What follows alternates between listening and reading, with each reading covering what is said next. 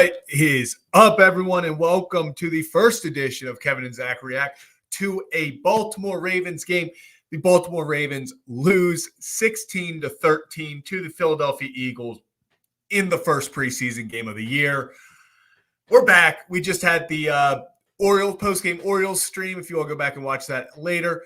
Kevin also just finished up on Locked On Ravens, so we are coming back to talk about it all right now. Kevin will be joining me momentarily. But it's the preseason. It's first preseason game. It's always great to see the guys back out there, kind of tear away the calendar and restart kind of that fresh breath of fresh air, actually, as I should say. Just a new start. Joe, I do have my Kyle Hamilton jersey with me. Don't worry. But pretty much, we're going to talk about a few things today. We're going to go over kind of just our general thoughts on the game, giving you what we saw, kind of things we like, things we didn't like, our risers from today, and the guys who we felt kind of fell and hurt their positioning on this team. It's not going to be overly in-depth because, honestly, especially in football, you're going to have to watch the film to get it completely in-depth. But we're going to give you our initial reactions. And while I'm talking, I'm joined by my co-host, Kevin Ostrecker. Kevin, how we doing straight off the other stream? And we're back at it again. Man, straight off of Locked On Ravens. So I did my post-game reaction over there initially. And that's kind of how it's going to go here for the season where, I'll do mine over there. We'll get things ready to go over here. So if you're not subscribed to Locked On Ravens, be sure to go over there and do that on YouTube. And also, if you're not subscribed here yet, be sure to subscribe. We do both Ravens and Orioles game reactions. We have a lot coming your way. And if you're not subscribed on the Ron Ripken Show, be sure to do that as well. Monday and Thursdays. We're back in studio on Monday doing our thing. Kind of a weird ending for a preseason game, right, Zach? Like, just... All I could think of was imagine that being how we lost a regular season game. If I was laughing when we fumbled, I was like, oh my gosh, of course, we're going to give them the win. If that was a regular season, could you imagine the discourse going on right now? Yeah. If that would have been, it would have been, why are we trying to throw there? It would have been awful. But yeah. Ravens lose 16-13. They are on a 3-game preseason losing streak. Kevin, will the Ravens ever win in the preseason again? Wow, I think what would be absolutely poetic if they had like a 21-game postseason. Oh, preseason. Was it 21 or 24? If they had a 20-plus preseason losing streak, I think that's the only reason. That's the icing on top. That's what they need to do. Yep. But Kevin, let's get a little bit into it. Interesting game. I mean, it's so hard to judge guys by their first preseason game, especially, so many guys it's their first time out in the NFL field.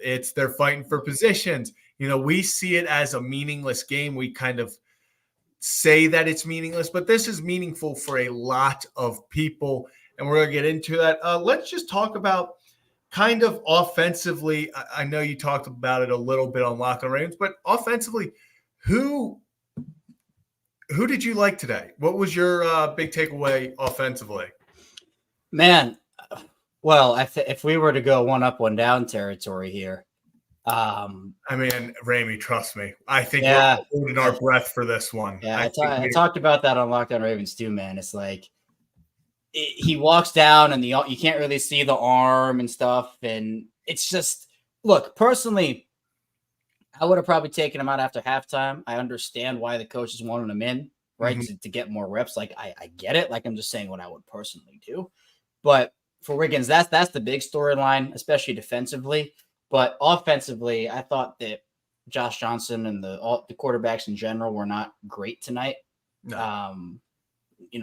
Josh Johnson went, 4 for 12, and Devin Leary went 7 for 13, if I'm not mistaken. I think we should preface as well, because John Harbaugh talked about this in the postgame show or postgame press conference. It's hard to judge the quarterbacks right now, like the Josh Johnson, because the things that we don't know about, and Harbaugh said there are guys running the wrong routes. There are guys doing, this is the first preseason game for everyone. I'm going to take you with a grain of salt for Josh Johnson.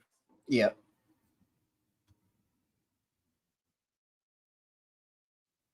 Oh.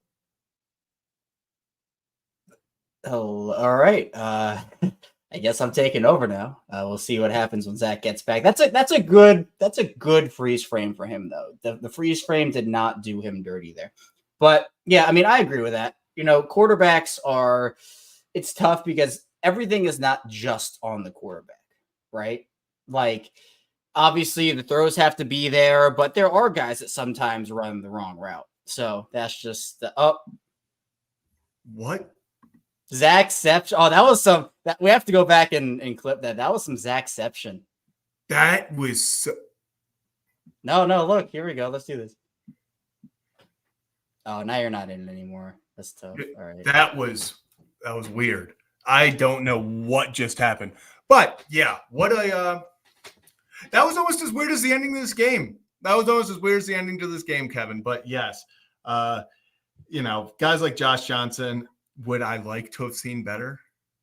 Yeah, but I'm not going to be too upset about it. I think I would like an upgrade of the backup quarterback, but I don't know where that comes from right now I don't know where that comes from right now that would not need a complete quarterback system overhaul if they had to take over, like Ryan Tannehill would. But yes, as you were saying with the offense, kind of what were your – Yeah, well, that was the one. And then I think that Owen Wright looked really good tonight.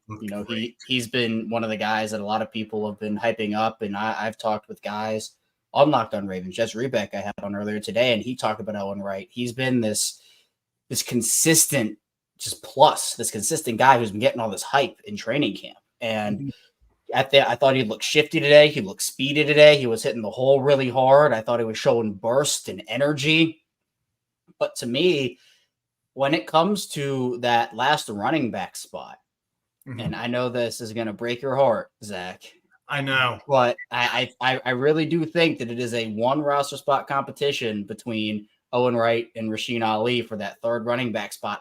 They could keep 4. I don't personally think they keep 4. Especially I think that we are looking – exactly. So I think that we're looking at a competition for that spot. And right now, I'd probably say that Owen Wright is ahead based off what we saw, especially because Rasheen Ali just could not power that thing in from the 1-yard line. 3 tries, man. He just could not get it in the end zone.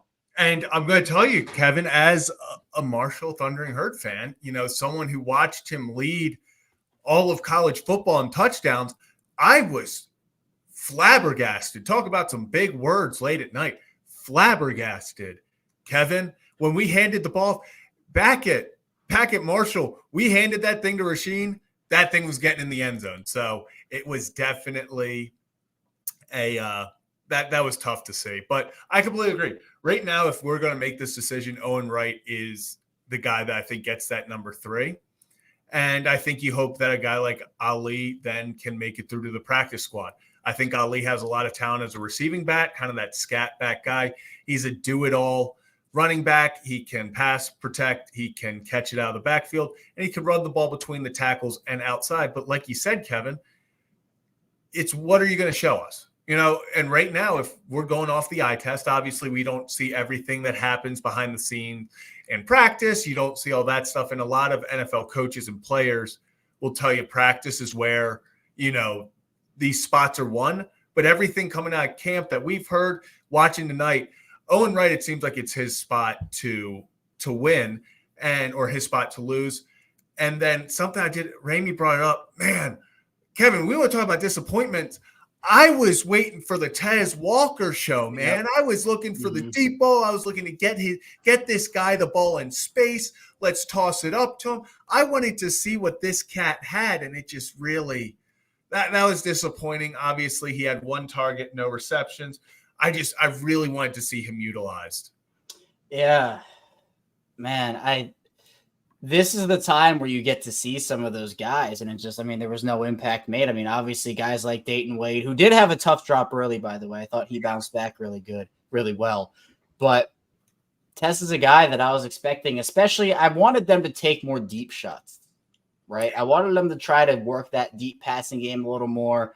I thought the offensive line, for the most part, outside of Daniel Falele, held up well enough for them to do some of that. But even like on the throws to flat, some of those to like Josh Johnson. And again, was it the routes? Was it this? But those throws were off target, even in the flat.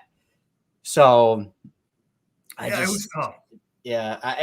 A disappointment, not in terms of like, oh, he did terrible, but just like we didn't really see a lot from him. And kind of it felt like the Dayton Wade Tylan Wallace show, which is fine. Again, like Tylan Wallace needs a strong performance. And I think that catch he made, that 19-yard gain, was a heck of a catch. But I think a lot of people are saying it is. And that was something I was just about to bring up. Shout out Tylan Wallace, because he almost feels like the forgotten guy. This year you brought in Tez Walker. Obviously, the Russell Gages get brought in. And it kind of felt like everyone is counted out. Deontay Hardy is probably the big guy that once he was brought in, people were like, ooh, is Tylan going to be playing on the team? Tylan Wallace, I think it's his spot to lose, which I don't think a lot of people, people kind of forget, and I forget at times. Like, he is a leader on this team, and his special teams ability is going to help him a tremendous amount on this team. And if he keeps going out there, making plays like he was tonight, when the ball's thrown to you, it didn't matter if it was close to him. He went out and caught it. So that's what you wanted to see from Tylan Wallace. You don't want to see a guy. You want to see him in these moments where, hey, you should be the best receiver. You're the best receiver that we dressed. You should be the guy that we're looking at and going, oh, okay, Tylan Wallace showed up today. So I'm glad he did. That was just really good. Caught both of his targets, 2 receptions for 26 yards. That's what you wanted to see. You wanted to see when his number was called against this talent for him to go out there and get it done and produce. So I was happy with that. What are your thoughts on the let's talk maybe the competition of the season, the competition of the preseason, right tackle, Rosengarten versus Patrick McCarry. What were your were you going Roger? Are you team Pat? How are we feeling, Kevin? I think it's definitely Roger's spot to lose. I think the Ravens, and I've said this, are so in love with him in that Super 6 sub spot, which they should. This is not a talent issue for Patrick McCarry, right? Mm-hmm. Obviously, he could start on this line, but at multiple positions, probably. Yeah, the thing for me, though, is it's a 2-for-1 versus a 1-for-1, where, for example, knock on wood, none of this happens, but let's say the right tackle does go down. You can just throw McCarry in there, and that's a 1-for-1. But if McCarry is starting at right guard and the right tackle goes down, well, then you got to flip McCarry over, and then you got to put in another guard, and that's a 2-for-1 situation. So I thought the Rosengarten played pretty well tonight. I mean, I thought he held up well. The anchor was there. We know his foot speed has always been there. He's a good pass protector. So to me, he's someone that, again, it's kind of the conversation we had with Nate Wiggins. The functional strength is something to be desired a little bit. I think a full offseason and an NFL strength program will help that. Mm-hmm. But his rookie season, there might be a little bit of growing pains. But I thought tonight he performed well enough to put a decently firm hold on that starting spot. I agree. And I think the biggest, not the biggest part of it, but I think a pretty big part of it is exactly what you said. Is McCarry is so valuable to this team in the fact that you can at any given moment plug him in somewhere. Someone goes down mid-game you don't really miss a step by just plugging in McCarry there. All of a sudden, if, Rosengarten is the guy, then you're moving guys around. You have to, this, that, and the other. Oh, we're putting this guy here. We're putting that guy there. Another guy I want to talk about, and it was my favorite draft pick last year when we traded back into the draft to get him. I literally dropped my phone because he was the guy I thought the Ravens should have spent a second-round pick on last year before his ACL injury. Andrew Voorhees. Kevin, I don't know if you want to join my delusion or bring me back down to earth, but I've thought ever since he was drafted, Andrew Voorhees has that type of build and feel to him as the next great guard in Baltimore, someone that's just going to, maybe he flies under the radar, comes up and just dominates from the second he steps on the field. And what I saw tonight, I can't back off of that. It looks like that. It looks like he looked comfortable every time.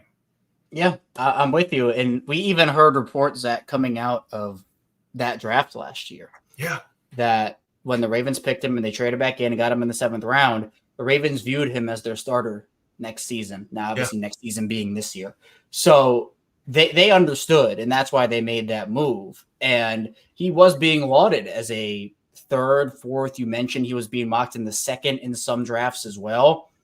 And that's an investment that is totally worth. They traded a future 6th to get into the 7th. And I think that, to me, again, he has functional strength. He's able to work outside. He is a bring the lunch pill to work type of guy. He's a hard worker. He could be like a reincarnation of a Kevin Zeitler type of guy, just playing on the other side. So I thought he looked awesome tonight.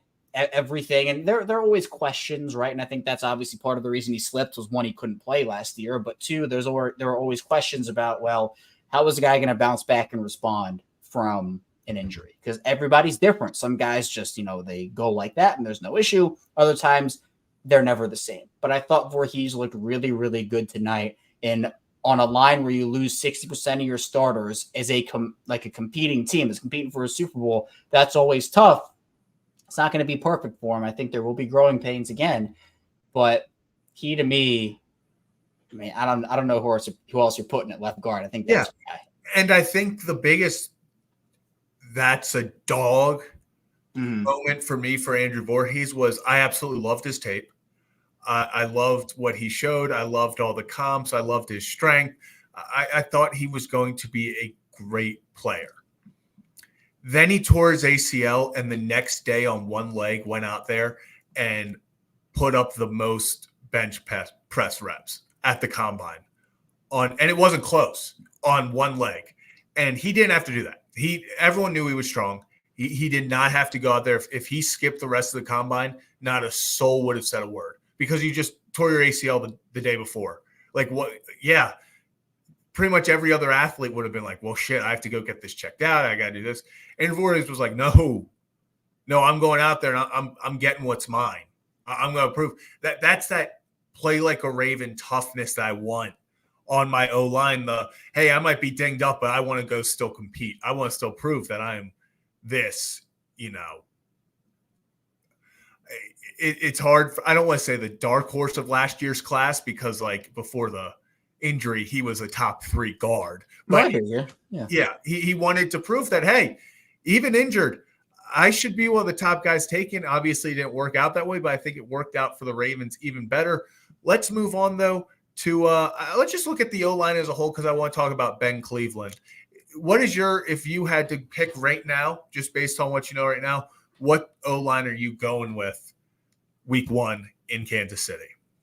I think it's the 4 guys that we've talked about, and obviously that's including Ronnie Stanley and Linderbaum with Voorhees and Rosengarten. But I think right guard, Daniel Faalele did not show me much of anything tonight. So I'm probably putting Ben Cleveland there or bringing in somebody from the outside. We know they were sniffing around Connor Williams, the former Miami center and Cowboys guard. It feels like they need something there because I'm content with 4 out of the 5 spots, right? I'm okay. Obviously, Linderbaum, you're more than fine with. Stanley, you're more than fine with. Voorhees and Rosengarten, like, those are your pretty clear runaway favorites at those 2 spots right now. Daniel Faalele is not a guard.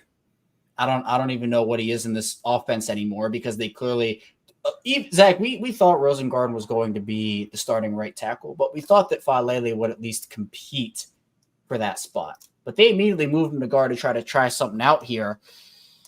So I think that it's going to be Ben Cleveland at right guard. I thought he held up pretty decently well tonight at center. I know that he's kind of like the backup center. And this team really doesn't have a backup center. Sam Mustipher is now in Denver.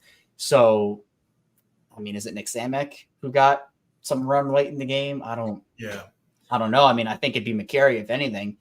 It'd probably be whichever one loses. But I think that spot now comes down to a McCary Cleveland competition. Because if you remember, Zach, Saleh got a ton of run last offseason early. And everyone was like, oh, wow, Saleh's getting run with the ones. Like, what's this? Is he the starter now? And everybody was kind of penciling him in. And then we didn't hear about him ever again. And did he even dress last year? I don't think he dressed. Maybe at the last barely. game. I think barely. Yeah, I think the last game in against Pittsburgh where we played. I think he dressed on that one. But besides that, that was one of the weirdest storylines from last year. Was exactly what you said. It was like oh yeah, we're gonna see what happens with the O-line, yada yada yada. Saleh is starting. He's going with all the ones. Yeah, and everyone's like, oh, okay. Like, oh, okay. Everyone was kind of talking about Voorhees, and then it was like, oh, is Saleh just that guy? Like, are we about to see like Saleh take over and take that next step? And it was like, he's not gonna play this year. And you're like, oh, is he hurt? And it's like, no. It's like, why was he running with the ones then? It was just such a weird storyline. Let's move a little bit over to the defense.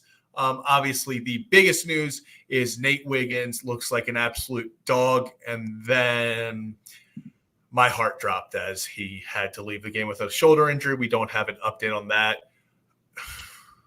Kevin, just please be okay. Like, just please be okay, because that would be the worst, is like him going out and being nothing but a stud to show us. Like, that's the biggest tease, is like he was everything we wanted and more. And then for him to leave with injury, you just have to hope. Like, do not play him. Even if he is good, do not play him the rest of the preseason. Yeah. And what's kind of the unfortunate thing is I think that was probably going to be his last series of the game anyway, right? That opening third quarter series. And then he gets hurt. And look, it's testament to who he is, right? Again, he's not the like strongest guy in the world in terms of like his functional strength or stuff like that, but he plays with a physical streak, right? He plays with a physical demeanor. He's competitive, and that's the difference between a guy who didn't have functional strength and Marcus Peters, who didn't really try a lot of the time when it came to that and would take certain plays off and make a bunch of business decisions. Nate Wiggins is not that type of player. He plays with a fire, with the tenacity, and obviously in the preseason, I think you do have to, again, try as hard as you can, but if there's a time for business decisions, it is probably in the preseason. So again, I would have kept him out after halftime. I understand why they wanted him back out there, but it is unfortunate because if they lose him for any amount of time in the regular season, that's already two corners that they need in Arthur Millette and Nate Wiggins that will have to miss some level of time. So, if it's a stinger, that shouldn't be too long of a recovery time. Maybe he misses a week or two. If it's some level of a broken collarbone or a collarbone injury, that can be anywhere from 4 to 6 to 8 weeks. If it's a labrum, those can get a little tricky as well, especially if it's torn. That gets into pretty dicey territory. So there's such a wide range of outcomes here, and we don't have any updates on it. So we're kind of in wait and see mode. But it's going to be, I think, on every Ravens fan's mind until, we get that update tomorrow. Yeah, I just really hope we get a positive update. So let's talk about positives. Dude, talk about a guy with all the hype in the world coming up to today. A guy that kind of was the talk of the offseason of guys like that had to step up in this defense. And I think a guy who went out there and did exactly what we were hoping for. Trenton Simpson leads the team, 11 total tackles. He was just flying around the ball all game. He not once did he look like he really overcommitted. It was a controlled chaos that he was bringing, which was my favorite part of it. We even saw last year, and we saw this early on in Patrick Queen's career. The athleticism is not a question. That's never going to be a question. It's, okay, are they overcommitting? Are they too aggressive? And, that's something that they were trying to be like, okay, Trenton Simpson, freak athlete. If he can control it and be that controlled freak athlete, the sky's the limit. But if he gets too, the motor gets too high, he's overrunning stuff, then it can get iffy. Didn't see that at all tonight, really. I felt like, and also want to point out, he was wearing the green dot, which I love. Yeah. Give him the green dot. It shows the trust that this team has in him. Let him run the defense tonight. And I think it really, nothing but impressed. I'm so excited for Trenton Simpson and to see him next to Roquan Smith. Yeah, and you said it. The athleticism has never been a question, but him working downhill tonight was very impressive. He always seemed to be around the ball. And that, I think after the first quarter, he had like 7 or 8 tackles and he finished with 11. So, I mean, he's a ball magnet, and so was Roquan. And those two guys together, I mean, everybody did talk about, Patrick Queen. They did lose something with Patrick Queen there, but both those guys have sideline to sideline speed. But I think Trenton Simpson is a better cover player. Trenton Simpson has more versatility. Again, I think just because Queen's been in the league longer and has more experience, Queen is the better player right now, but that doesn't mean Trenton Simpson can't get to that level or surpass it. Right. I mean, again, we have to be realistic in saying that Trenton Simpson has played really one game of meaningful NFL football in a big capacity role, which again doesn't hinder what he can be. But again, in the two spots we've seen him in week 18 against Pittsburgh and in this opening game against Philly, he has shown everything that the Ravens could have hoped for. And that's the same with Nate Wiggins too, right? I think obviously besides the injury, I think you did see from a lot of defensive players tonight. Travis Jones, I thought, played really well. Pepe Williams, I thought, had a really nice game. Travis Jones, dude, talk about a guy that I'm really excited for.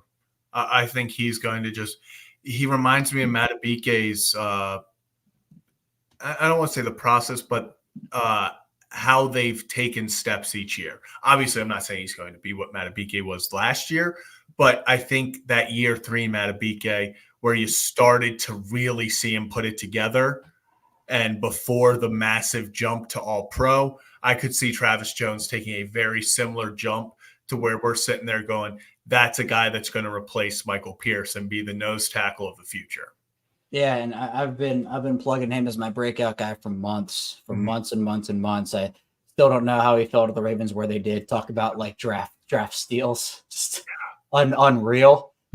But he's a guy that's going to be really important because with Matabike and with Michael Pierce, those are like your two big guns. But yeah, Pierce is not going to be in the NFL. I think this is probably his last deal before he retires, and he's kind of hinted at something along those lines.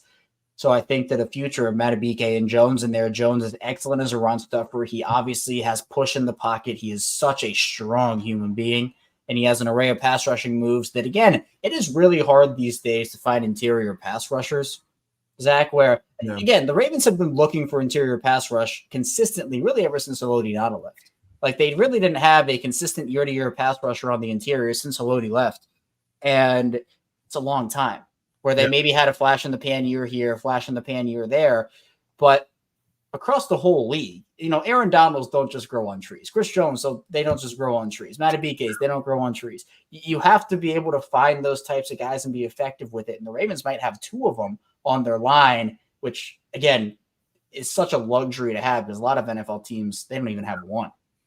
Yeah. And I'm seeing a couple questions about David Ojabo, or at least Mike talking about it. I was disappointed that he didn't play today, but he wasn't medically cleared by the doctors to play. I just need him healthy, man.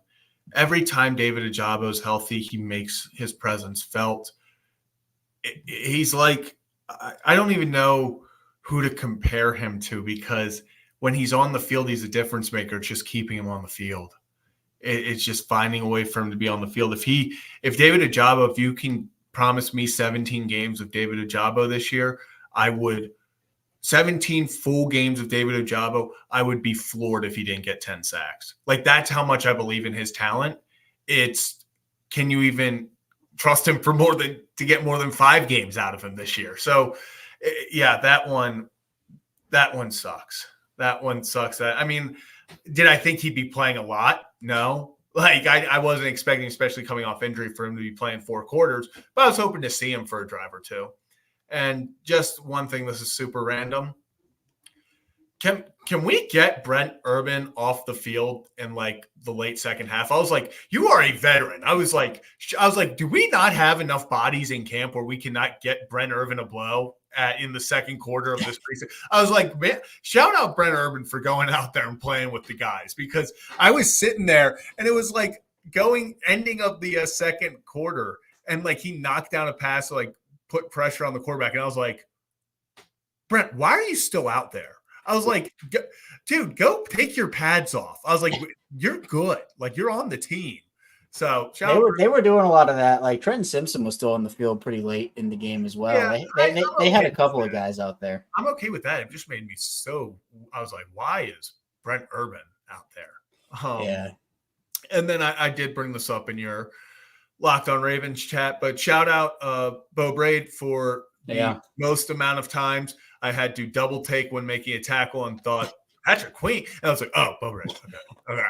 I was like, it just like 7 times. Yeah. Especially that one really nice tackle in the end of the fourth quarter where he got to the edge and undertook the running back's legs for the loss. Oh, yeah. I was like, I was like 6. I was like, oh yeah, Bo Braid. I was like, that's right.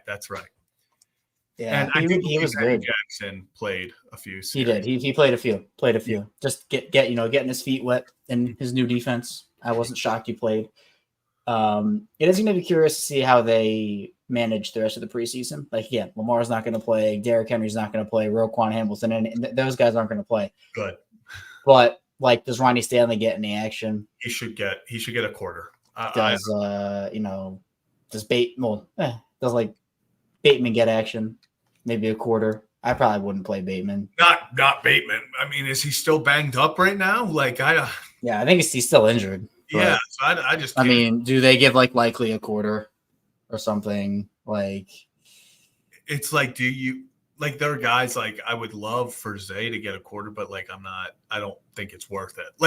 I would love for some of these guys to get a quarter just to start getting some things down. I would love for it to be like the old days of, it was like that third preseason game was the dress rehearsal and your starter all your starters played the first half. And it was like this big thing, but it's not worth the risk anymore. It just isn't. At no point is that one quarter of let's try to get on the same page, get our feet wet before week 1 worth the possibility of you losing a top performer for a period of time.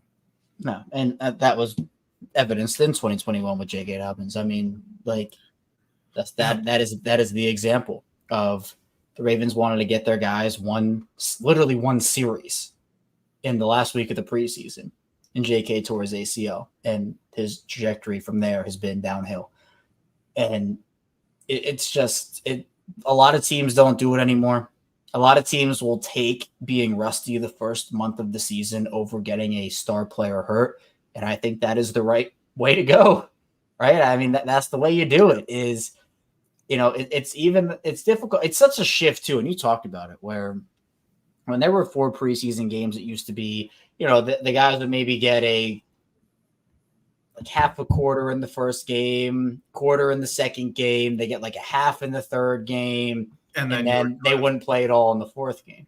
Yeah, it was almost like the unwritten rule. The first week you played 1 drive, second week you played 2 to 3, maybe 4. You finished out the first quarter maybe, and then the second week it was as long as we go out or third week you just played the whole first quarter and yeah. It's different now, especially with injuries. So it's such an uptick throughout the league.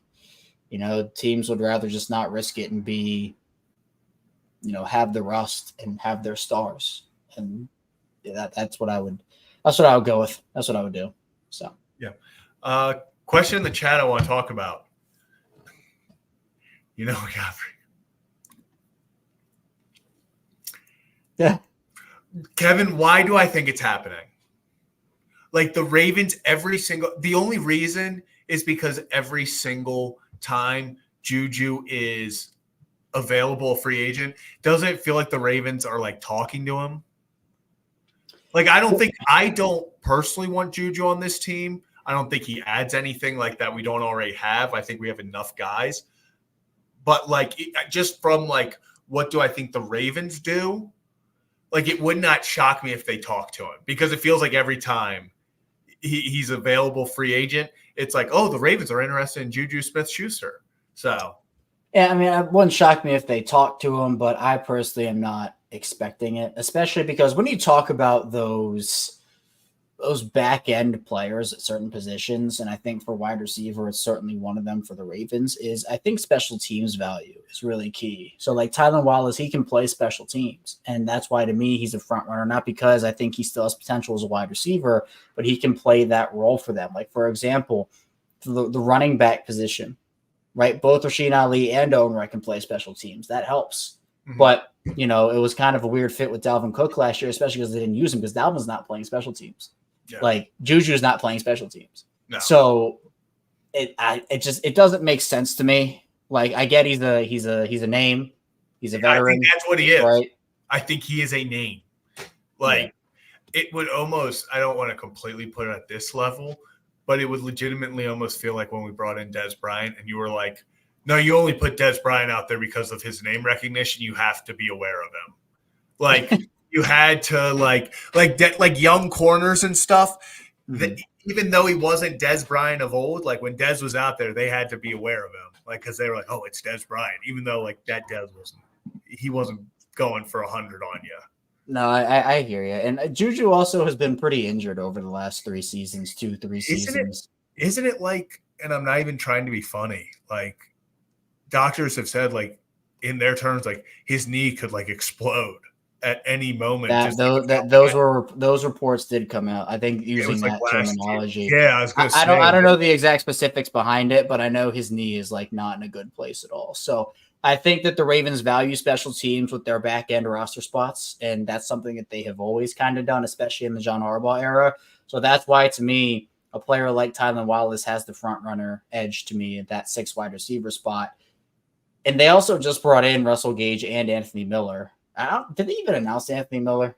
I don't even see if they did or not. I didn't put my dog tweet because they never announced it, but I did have queued up Mitch Trubisky throwing to Anthony Miller. I just looked up Juju Smith-Schuster knee, and the first thing that pops up is Juju Smith-Schuster shoots down report that his knee could, in quotes, could explode at any point. So, but he also has like not been healthy. So yeah, so it is just God. His injury history is insane. Yeah, talk about a guy who fell off. I mean, obviously, I know having Antonio Brown next to you like helps you in your production early on, but God, I thought. I mean, he was never a one. At his peak, he was a high end wide receiver too. Yeah, and that's fine. I agree. Kind of before we start wrapping up, is there anyone else that just kind of jumped off the page at you that you didn't like? You know, was there just anyone that kind of we haven't talked about that you have an opinion on that you're like, I either really liked what he did today, not enough people are talking about, or didn't really like what he did? Not in terms of, I mean, we talked about Josh Johnson and Falele. I think those were the two that were kind of on the downswing. I really liked what I saw out of Josh Ross. I thought he was all over the ball, and he was someone who caught my eye. You know, whenever he was on the field, he was making plays, and I think is in line for probably a little bit of a bigger role this season with Trenton Simpson moving up, and I think he also moves up along those lines too. He's probably the third inside linebacker on this team, and I think Chris Board is more so who left with a concussion. He's more so used for special teams, and then I know we talked about him a little bit, but Pepe was good.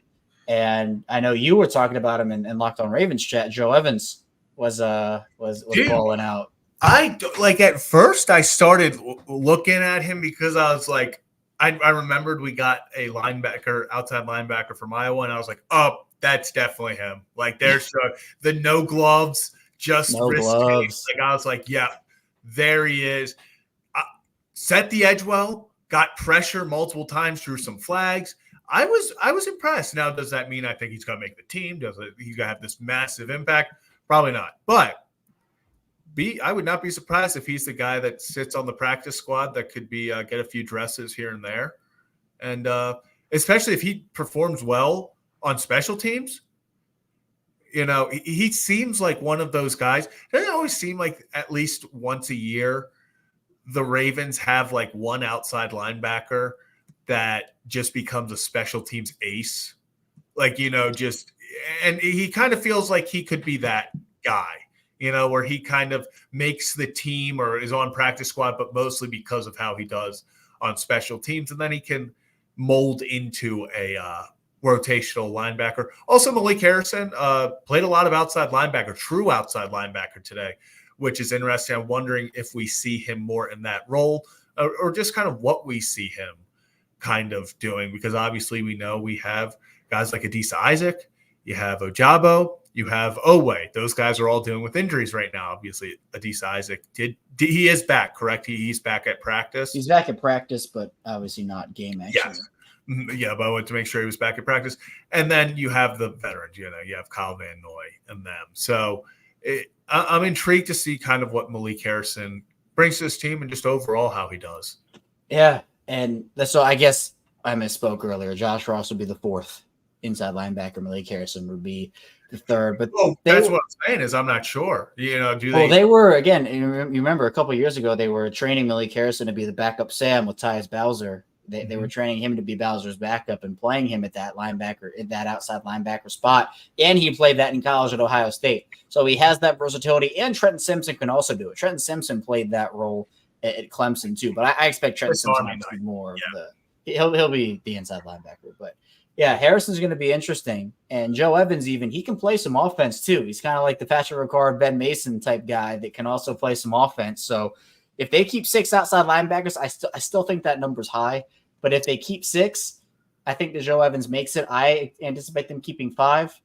Yeah. But we'll see, because they do have some back-end roster pieces that could actually be pretty good for them this season, and whether it's on special teams or some bigger roles in general. Yeah, and I think the last person we really got to shout out is not enough people talk about Nick Moore. 2 for 2 on field goal snaps, Let's go. It doesn't get much better than that. I will say, Nick, though, that one punt, out of the shoes, dude.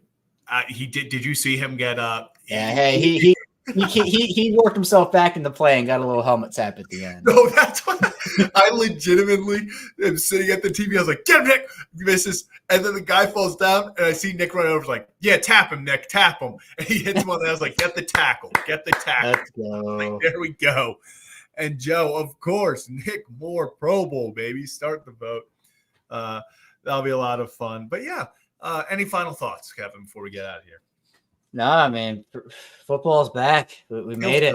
It feels good, man. It feels good to start. I think Jack Settleman put it well on Twitter this morning. Today felt like that first date after a really ugly breakup. And you were like, it's time to just move on. Last year happened. It sucked, but it's a fresh start. It doesn't matter anymore. It's a new day in Baltimore. We talked about Rasheen Ali getting stuffed at the goal line 3 times. I feel pretty confident come September and in the regular season, it will not be Rasheen Ali getting the ball on the 1-yard line for the Baltimore Ravens. I think we brought someone in to go do that. So, yeah, I'm not worried at all. It's the first preseason game. I know some people. The only big thing I'm worried about is Nate Wiggins. If he's fine, This was a win. I don't care what the scoreboard said. Yep, 100%. That'll be the big storyline for tomorrow. Hopefully this doesn't drag out for a couple days. Like, hopefully we know something. If we just know tomorrow, that's best case. If they start doing further testing on shambles. Never like to see that. Never. But I think that's going to do it for our first edition of Kevin and Zach React to the Baltimore Ravens. Ravens lose 16-13 on one of the weirdest endings you will ever see. Missed field goal. You get a little doink in you. Then you get the strip sack. Then you get the walk-off game winner. Gosh, what a day in Baltimore. What a game. Weird game, and it ended even weirder. So that'll do it for us today. If you're new to the channel, hit that like and subscribe button. We go live after every single Orioles and Ravens game. We react to breaking news. We react to all of it. So join the community if you'd like, if you enjoy the content. And that will do it for us. We will be back tomorrow after the Baltimore Orioles take on the Tampa Bay Rays. Corbin Burns on the bump for that one. So we will see you guys tomorrow. Send us out of here. First